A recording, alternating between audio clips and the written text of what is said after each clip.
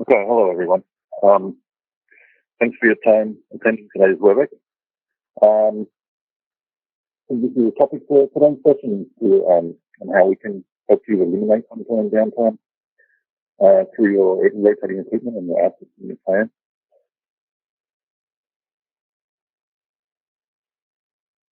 So hopefully everyone here is part of the teams that are involved in this type of activity, and if not, that's fine. You can share that with the rest of your team when you get back to your plan. So on the line today, we have myself. I'm looking after the monitoring controls division of IGT in the Asia Pacific region. So I'm a mechanical engineer background, graduating from Curtin University in Perth. I've been with IGT now for over 12 years. I've had a variety of roles, which has allowed me to cross into a few different sectors, including instrumentation, electrical, and process engineering, and a lot of troubleshooting on site. Also on the line, we have Naveen George. He'll introduce himself.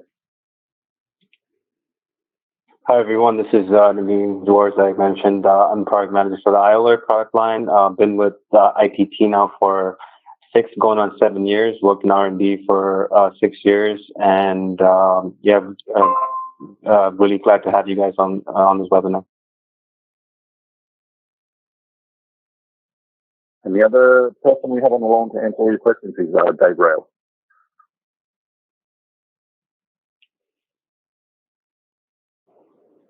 I think Dave's audio dropped at this point. So, okay, no worries. So Dave's been with ITT for a long time as well.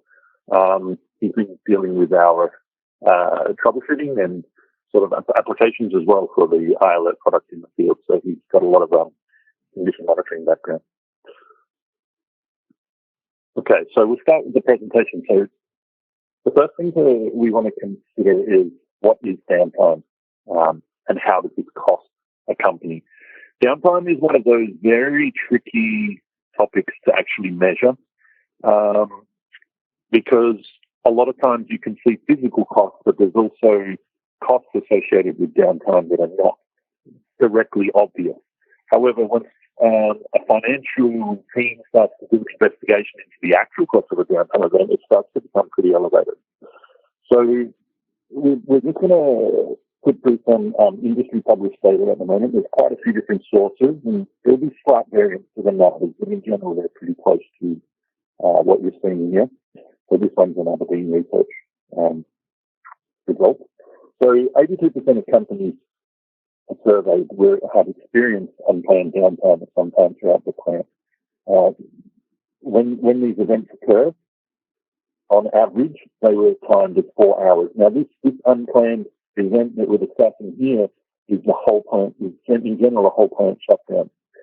So once some unplanned event occurs, and then that average downtime for that event is going to be 4 hours. But as an example, I've seen power stations tend to suffer downtime very badly when they have an unexpected one, and they can be out for days. And when that happens, they're usually published very well in the local newspapers. So downtime on an average of 4 hours. And per downtime, the average cost in the US is about $260,000. Now, this can vary between plant and plant, but in general, the knock-on costs and lost revenue, lost production, and all the other expenses associated tend to cost $260,000 US per hour. You can see pretty rapidly this hits $1 million US. So these are unplanned events. As you're saying, the cost of these downtime is not just the cost associated with repairing the actual equipment. There's a cost associated with, the loss in production, loss in revenues. And also unplanned events tend to require emergency services. So those contracts, those call-out charges tend to be a lot higher as well. So looking at what is the leading cause and effects of downtime. So 45% of those companies reported that hardware failure or malfunction played a significant role within the downtime event. So in these cases, if there's a rotating equipment application, then it could be a failure caused by that would cause a knockdown. On effect, it's shut down the whole plant. Maybe it's other component failure that caused a fire or something like that. However, looking at those events where there has been a failure or a downtime event, the majority of those occurred in the second and the third shift. So what we mean by that is these are not the times of normal operation where the majority of your facility employees are working. So you have the second and third shift where there's less staff, so there's less resource to resolve the problem, and then discovering what resolving that event can be a lot more difficult because they're occurring at times when you have less ability to get the help that you need. In the digital age, what we're trying to do at the moment is push towards preventing unplanned events.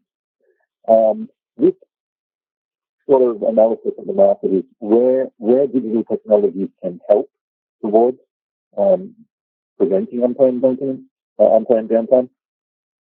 And in most cases, a digital solution will be able to prevent about 50% of downtime events. However, in the market and where we are today, we find that the only 35% of the cases can be prevented. So the goal is to be able to prevent 50% of unplanned downtime. There will always be an element of unplanned downtime that you cannot predict. This can be due to a natural disaster or some other event. There's no way of putting some technology to monitor. But at the moment, we're roughly sitting at about 35%. So you can see that technology is still growing. The ultimate goal will be to get to 50% or more, but the realistic expectation is 50% where we need to be in the future. The way this has been working through the decades is often through the use of condition monitoring. So how has the technology changed to be able to get us to prevent 50% of these downtime events? So from the 80s, there was a lot of manual collection, and all the equipment associated with that was very expensive, quite large. You would target critical assets and things like that, and often those type of equipment these days are still getting this same type of monitoring where very expensive machines require expensive monitoring equipment.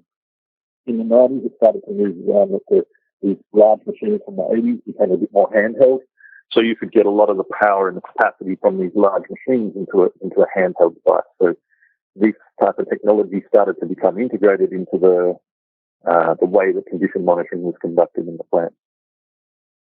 Then we came to the 2000s and wireless technology started to take off. So integrating those portable handheld devices with Wi-Fi started to allow more of the plant to be covered. There was different types of communication methods that were being developed, and then this has led to a greater range of equipment having monitoring on there, but there was still an element that was cost inhibitive, especially for installation and things like that. Come 2010s and into the 2020s, so new, smaller technologies become available. Data analytics and artificial intelligence as such have started to develop, and the ability to take these measurement devices from the equipment, the same as the equipment in the early 80s and 90s, we started to move into very small size technology. Wireless communications have slightly changed as well in the way that we can transmit that data, but ultimately, as devices become smaller and more cost effective, you can start to cover more and more of the plant. So having that frame of mind that now with the technology that everyone's aware of, that we're becoming easier and easier to install on equipment, there is some elements that start to become more difficult with your plant. So I thought it would be good to bring some of those up and how do you get started with trying to achieve a result of reducing your unplanned downtime event. So when you're trying to think about how to achieve that, you need to think of a few things. So what is the program objective? Is it just purely to reduce unplanned downtime events, or do you also want to include other aspects like reducing the maintenance cost and predicting some of the events? So you need to figure out what is the program objective. Then with that comes resources. So what resources do you have on site? Do you have lots of personnel who can help you with this program, or are you limited on the size of your organization to achieve this, especially if you're looking for trying to predict an unplanned event before it happens? You need to know what type of resources you have. There's nothing wrong with using your existing resources, but the solutions that are available could be that you can supplement your existing workforce, or you could make up for shortfalls that you might have. Then you need to determine what type of skills are on site. It's often possible that you have someone who can understand each type of equipment. Maybe someone's more of an expert in pumps compared to compressors, or someone's very good at the steam turbines. Can they also help with the pump types of things? So it's your understanding what skills you have and who can cross borders in your solution to detecting unplanned downtime. Also, if you have a reliability team, some sites do and sometimes sites don't. Also, where they're located. So are they remote or are they based on the site?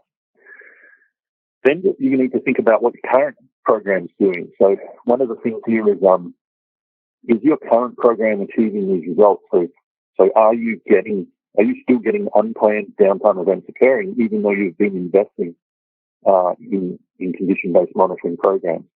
Are you using the right technology? Is there better technology than what you have? And one of the analogies here that we've been discussing is, are you just continuously fighting fires? So, are you getting a failure and then you're dealing with that one and then another one comes along before you've had a chance to sort of become predictive? So looking at, are you achieving the results, and what are your shortfalls? What is causing you not to achieve the results? And that sort of leads on to that last bit, what's been missing. So in your program, if you've got, most sites have a condition monitoring program of some element. If it's just on critical equipment, or maybe there's a walk-around event. So what has been missing to prevent you from detecting these unplanned failures? So in all of that, there's other elements to think about as well. So what are the challenges that are going to occur if you start to change the program that you're currently running, and especially if you're trying to implement new technology? So there are some positives. So new technologies tend to bring lower costs. So in terms of a finance perspective, a lot of these disruptive new technologies can be a lot lower cost, which then leads to the fact that you'll have more sensors. And I think if you're trying to prevent an unplanned event, then there's nothing wrong with having more sensors. The more you have, the better it is. But then you start to face challenges of how do you collect the data from those sensors. There's a lot of different types of sensors, and there's a lot of different ways to collect that data. So you can do that manually. Do you need portable devices? Can you connect it all to a network? The next biggest challenge, that especially these days when we're seeing implementation of these types of solutions, is you've got lower costs, more sensors, you're collecting the data, but all of a sudden you have a lot more data. That in itself becomes a big issue, and you see all of a sudden you have this huge number of issues that you need to review, and you've got a lot of alarms occurring, and you start to panic. So you need to if you're being aware of these challenges up front, you can slowly overcome them and prepare your organization to deal with them. So to deal with the high number of reviews that you're going to all of a sudden have, you need to make sure the data is useful. It can provide you with accurate diagnostics. It can help you identify changes, and then you can come out of that with fast actions. There's no point putting huge amounts of sensors in the field and then all of a sudden have lots of data coming through, and whether that tells you there's an issue or not automatically, but you have all this data coming through and then you do nothing with it. That's not going to get you to the solution it's not going to be part of the solution to solving unplanned downtime. We tend to find that sometimes when you put a lot of sensors in the field, it doesn't mean that the equipment that you first installed them on was healthy to begin with. So often we find that as a statistic of some experience we've had on sites, is there could be 20 to 30% of sensors immediately detect the problem. And that's when this panic mode comes in. It's like, well, we have so many alarms, and why do I even want to know that? So there's a different element that I call the roadblock. It happens in most organizations, but it's definitely some challenge that needs to be considered at the beginning. And then what is the type of solution, if it can help resolve this? So one of the challenges is culture. You need to get the culture of the workplace and the technology that you're using to work together. If you have people resistant to change, then that's obviously going to be something that you need to deal with. But it's more that you have procedures and policies in place that might not allow the technology to bring forth its potential. So these things need to be considered, and then how they're used within the organization. And once you have that resolved, you're going to see the highest impact. So if you can fix all these challenges and sort of think about them before they come, just think about what does the technology bring, how much information is it going to bring. It's going to be a lot more than what you're dealing with from a monthly walk around, for example. Then you need to figure out how that's going to be processed through your organization. So in terms of condition monitoring with smart technologies, most of the elements of those challenges can be resolved through the technology. So if you have, as we said before, that there was information coming in, data, then it's important that the technology that you're considering will bring elevated events and changes in the data up to your attention. So part of a successful program includes knowing when to ignore information, because obviously so much is coming forward. It would be better if you can not look at anything that's healthy and then only look on things that are of an area of concern. So having a system that easily identifies the healthy as opposed to the non-healthy will eliminate a lot of your data processing manually. Automated analytics then become a critical part, especially when you've got issues that are occurring. And then having a trusted method of data analytics is also important. If you're having to create your own rules, then what is the risk that you're not actually capturing all the events or the potentials that there are? So using a system that has the ability to detect issues from the beginning is important. Also, making sure that the system can give you early warnings. So one key element that I mentioned to most people that I discuss with is everyone's quite familiar with having condition monitoring on highly critical assets. So in a power plant, it's quite possible it's quite often that there'll be a lot of condition monitoring on the main turbine. Now, those settings in the turbine, if you were just to look at why they're connected and when they're connected to a DCS or the control system, they're often set with limits that will turn the asset off once it hits a certain level. So maybe you are turning the equipment off when it hits the absolute highest vibration level that it's allowed to operate at, and it automatically shuts down. Again, immediately at that point, that is an unplanned event. But your actual monitoring system causes that. So if we can use the technology to complement the existing protections, because there is no way you want to turn that protection off, but at the same time, you do not want to shut down the plant earlier than you need to. So using the latest technology and analytics, you can set your alarms and your thresholds and warnings before that, separate to what you would have for your trip settings. So your trip settings will turn the plant off, but your alarms and warnings can tell you information earlier. So supplementing your existing system with new methods and techniques will help you prevent these unplanned events. The last thing you want to do is have the alarm tell you that there's a problem as soon as it shuts down.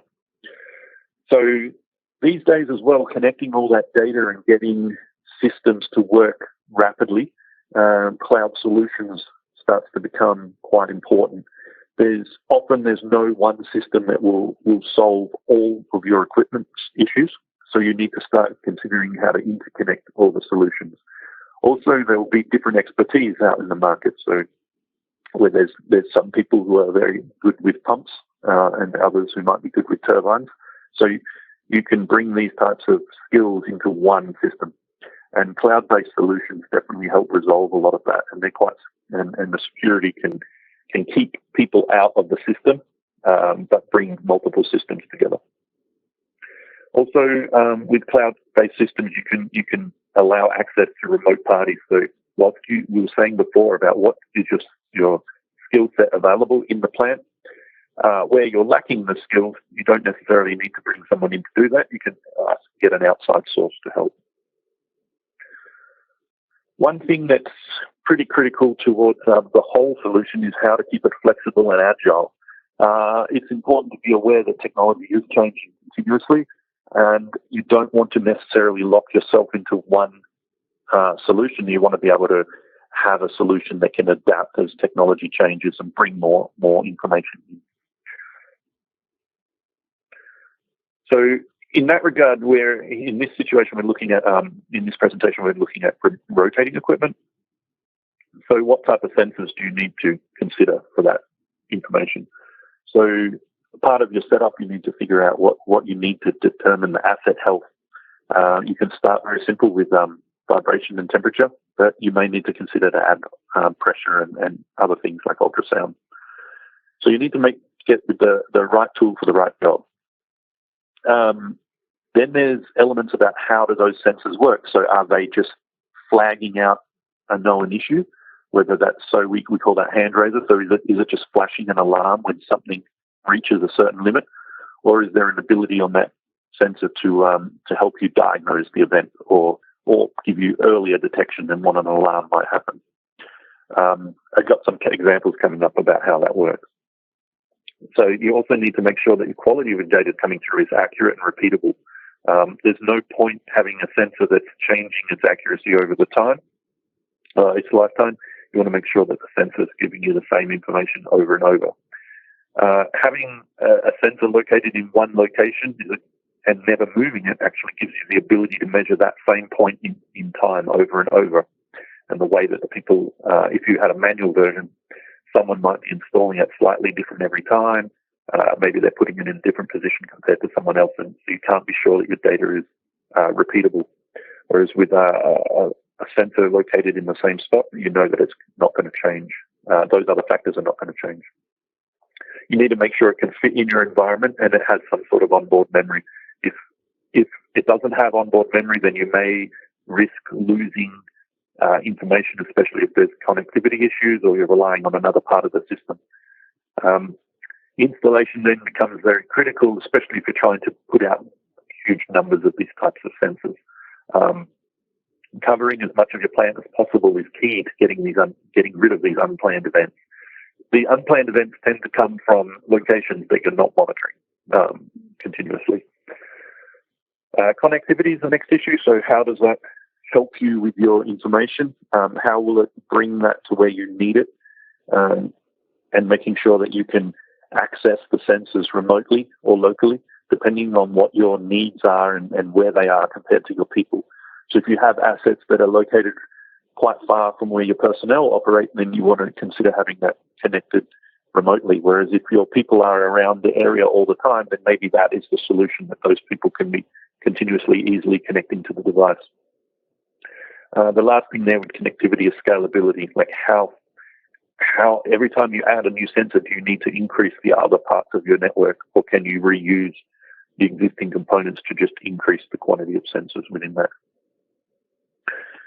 Data management, as we mentioned before, it starts to become an issue, like how do you deal with all that data?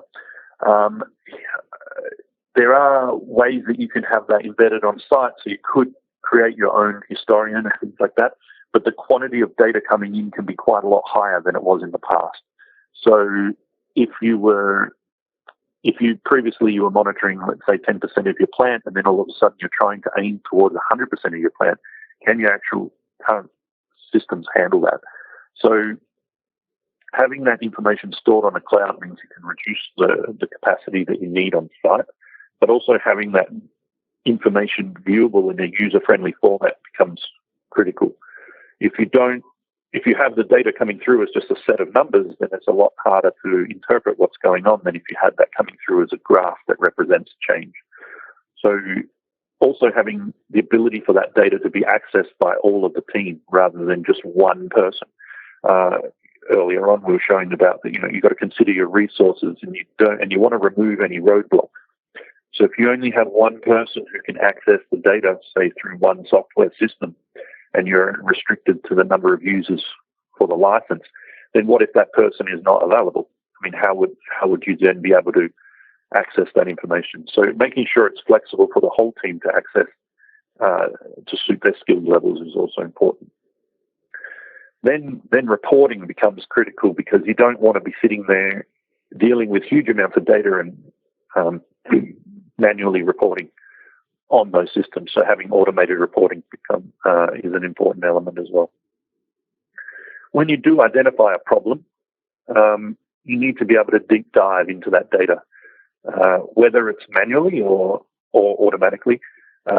Having additional information that provides the right answer to what you're starting to see in terms of change can be really critical to help you get that fast response. So if you have a sensor that's only capturing an overall vibration, then is that enough information for you to make a fast response? If you have a sensor that can provide you a vibration spectrum, then will that then provide you more information to help you predict what's coming ahead or what the cause is and help you change your plans for that? So in general, the more information you have, the better, but is it actually the right information to help you make those decisions? Automatic diagnostics. So there's a couple of misconceptions sometimes about what is available and what's the best answer. We can break it down into two elements: rules-based technology and machine learning. You can do a lot of research on this online. There's all different things about it, but rules-based technology, rules-based diagnostic tends to be more robust and more reliable. Also, the people, depending on how you go about this rules-based technology, often those rules can have been in existence for quite a while, and they're just being used in a different method. So maybe there's for example, there might be some rules that a specialist company uses for their quick processing of their data, handling multiple sites, and that they can start to share that with you in your technology. Whereas if you have to create your own rules, it's often that you're going to be doing that based on learning, and it's not going to be as mature. But if you can get a proper rules-based system, they will be the best solution, because machine learning, we're saying here it's in its infancy stage. It's true, it's very early, and it will probably develop into a more robust solution in the future. But the problem with machine learning can be that you need a failure to occur for you to then learn that that failure will happen again. So if you have a downtime event and you engaged machine learning, as long as you captured all the data you could possibly capture before that, you could then apply that to the next event. However, it's still going to maybe need a few events to occur before it properly learns the patterns that it's looking for. Because again, you don't want false alarms and things like that. Also, when you have machine learning, you need a lot of data labeling. So you need someone to go in there, really do a full-on root cause analysis and what are the indicators, and then that knowledge needs to be brought out to help the machine do with the learning element. In the future, it's going to be the way to help with prediction before events occur. Although rules-based technology rules-based diagnostics can already give you some early stages of predictive maintenance, depending on when you look at it and when you act. So if we're looking at a real-time case study of how this applies and just keeping it very simple, in this example on the left, we have this preventing a downtime event on a boiler feed fan. So it was noticed during their routine type activities that there was an elevated vibration. So IALERT sensors were installed to more closely monitor that equipment. So they were put on their inboard and outboard bearings, and they didn't need to shut the machine down. So they could, while the machine was running, they added some extra sensors. Now, with that, they were able to quickly connect to this sensor through the mobile application, and that allowed them to monitor the equipment more closely. They don't need to have someone standing next to the equipment. They can just check it more on a routine basis, but have an increased amount of data so they can quickly see as changes are occurring. In this situation with the technology, it cost them under $1,000 to add that in, and then it was less. Within an hour, they started having data. Early detection, changing the alarm limits on this type of sensor will also be able to give you some threshold to when the event started to double. So, for example, if you're having an increase in vibration, you can manually adjust the alarm level so that you can have these warnings come up earlier than you would maybe for a trip in your plan. The other element then is reducing infant mortality. So, as we mentioned, sometimes you will overhaul an equipment, and that was part of your planned maintenance event. So maybe you've seen that an equipment is due for its scheduled service, but then once you reinstall the equipment, there maybe something wasn't in the most perfect condition. Can often happen with alignment, but in this case, with what we detected on this infant mortality example, is that once the equipment was installed, there was an issue from the beginning with the thrust pad. Now, often people put a new piece of an overhauled piece of equipment back in, and they don't expect to have to be able to take that out again. So knowing that from the beginning that you've got that issue occurring, you can turn an unplanned event into a planned event. So you can monitor that imperfection that's gone in from day one, and then just look for the next schedule to take that out successfully without having an unplanned event. So one key element to eliminate unplanned events is to turn an unplanned event into a planned event with the latest technologies.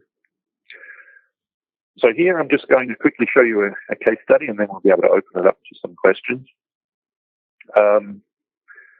This is a customer who installed a sensor onto a centrifugal pump. Prior to the installation, there was no data on this equipment.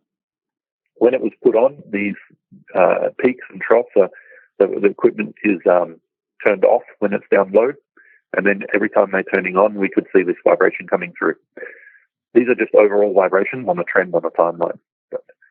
Through the life of this, when the sensor was installed, there was nothing really noticeable at the beginning. However, after a couple of months, we started to see these random spikes occur in the vibration data. Here with the sensor that was on, you can see that the alarm level was quite low. This is in millimeters, so it was about 3 millimeters or 3.5 millimeters was the alarm limit put onto that sensor. So once we had a crossing of that alarm limit, these triangles here are showing that there was an alarm event captured. So when that happened, we were able to get a vibration spectrum off that asset. And from that vibration spectrum, we could run a diagnostic, and then we found that the diagnostic indicates that there was roller bearing wear. So very quickly, you can take trend data. You can see the event occur, crossing of the alarm. But because the sensor automatically captures additional information, a vibration spectrum at the alarm triggered event, we can take that to try and figure out what's wrong with that equipment. And in this case, the fault was coming through as a bearing fault, and that you needed to monitor the equipment for increased vibration. Looking at the spectrum in more detail, we could also specifically say that this was an outer race bearing defect. The type of vibration spectrum results that were coming through told us that there was an imperfection on the outer race.